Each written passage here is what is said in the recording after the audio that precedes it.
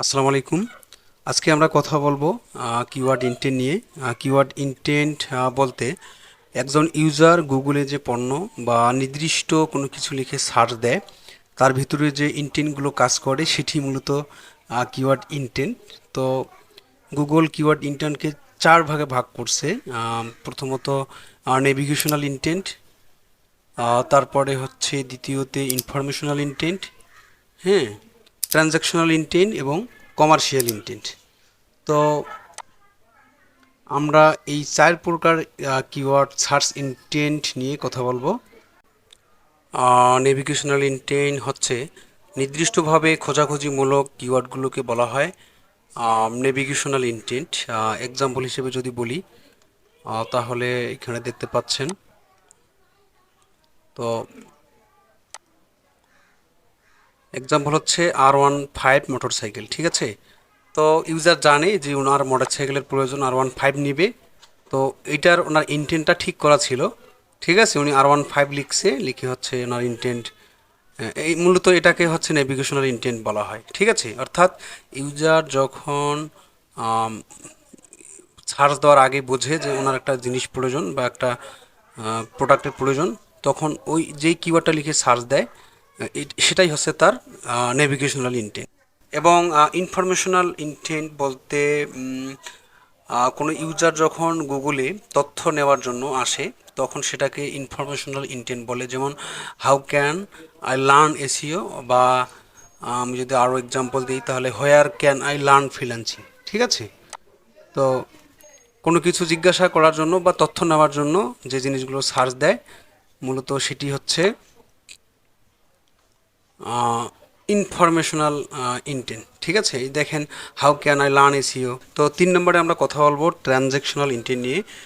কোনো কিছু কেনাকাটার জন্য যখন ইউজার গুগলে সার্চ করে, তখন সেটা ট্রানজ্যাকশনাল ইন্টেন্ট বলে। যেমন I will buy a laptop, I will buy a iPhone, I will buy a car, ঠিক আছে।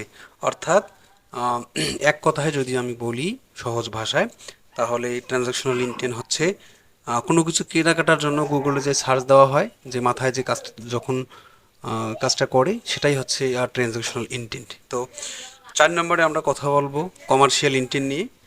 কমার্শিয়াল ইন্টেন্ট যদি আমি বলি সহজ ভাষায়, কোনো ইউজার যখন ডিসিশন নিতে পারে না যে সে কোন জিনিসটা নেবে, ঠিক আছে।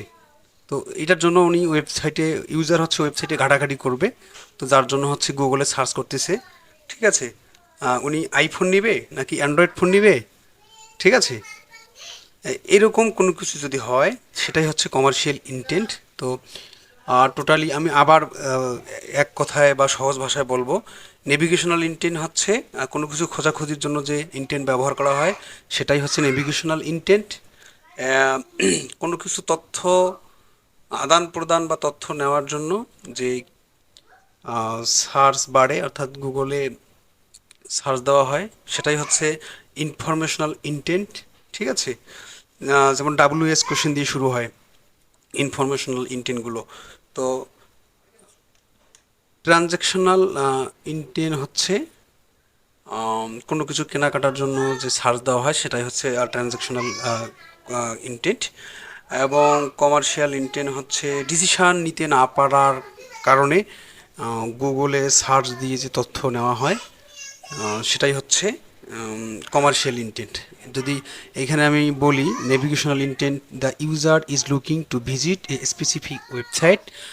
Informational, the user is looking for general or high level information. Transactional হচ্ছে the user is looking to purchase a product or service. Commercial হচ্ছে the user is looking to investigate a product or service, ঠিক আছে।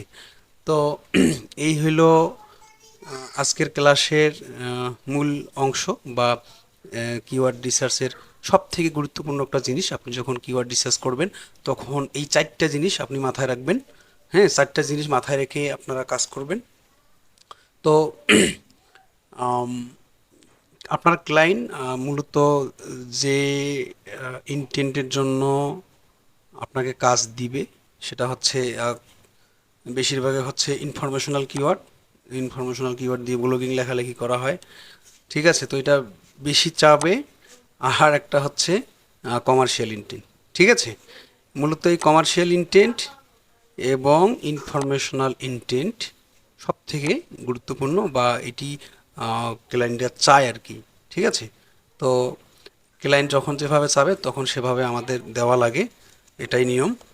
ঠিক আছে, তো আমাদের এই ইন্টেন্টগুলো বুঝতে হবে, এই ইন্টেন্টগুলো বুঝে আমাদের কিওয়ার্ড রিসার্চ করতে হবে। ঠিক আছে, তো ঠিক আছে, সবাই ভালো থাকবেন। আসসালামু আলাইকুম।